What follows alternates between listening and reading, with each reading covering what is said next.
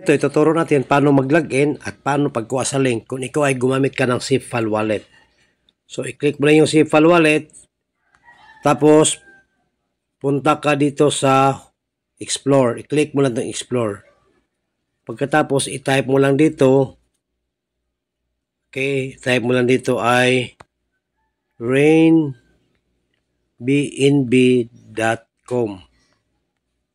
Tapos, i-click mo lang itong go sa taas.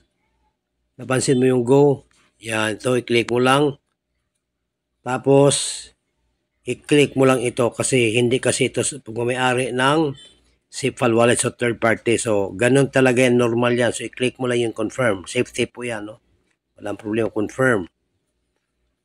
Pagkatapos, bago ka mag-login, i-check mo na yung tatlong tuldok.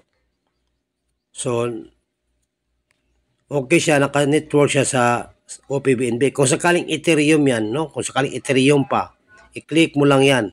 Tapos kung Ethereum pa dito na side, kasi ganun tayo sa umpisa Ethereum. Kung halimbawa Ethereum yan, i-click mo lang tong arrow. Tapos hanapin mo yung OPBNB. I-type mo na lang kasi marami naman yan. So i-type mo na lang OPBNB, lalabas na. So i-click mo lang siya. Kaya naka-OPBNB na siya tapos confirm. Pag na-confirm mo na, so, tingnan mo, tatlong tuldok, ulitin natin. Pag-click, ibig sabihin na network, naka-OPBNB na siya. So, pwede natin mag-login. No? So, pag-login, ganito na siya. So, ang pagkuha sa link, guys, ito lang, dito na part. Yun lang, kukunin mo na link. I-click mo lang itong parang papel, i-click.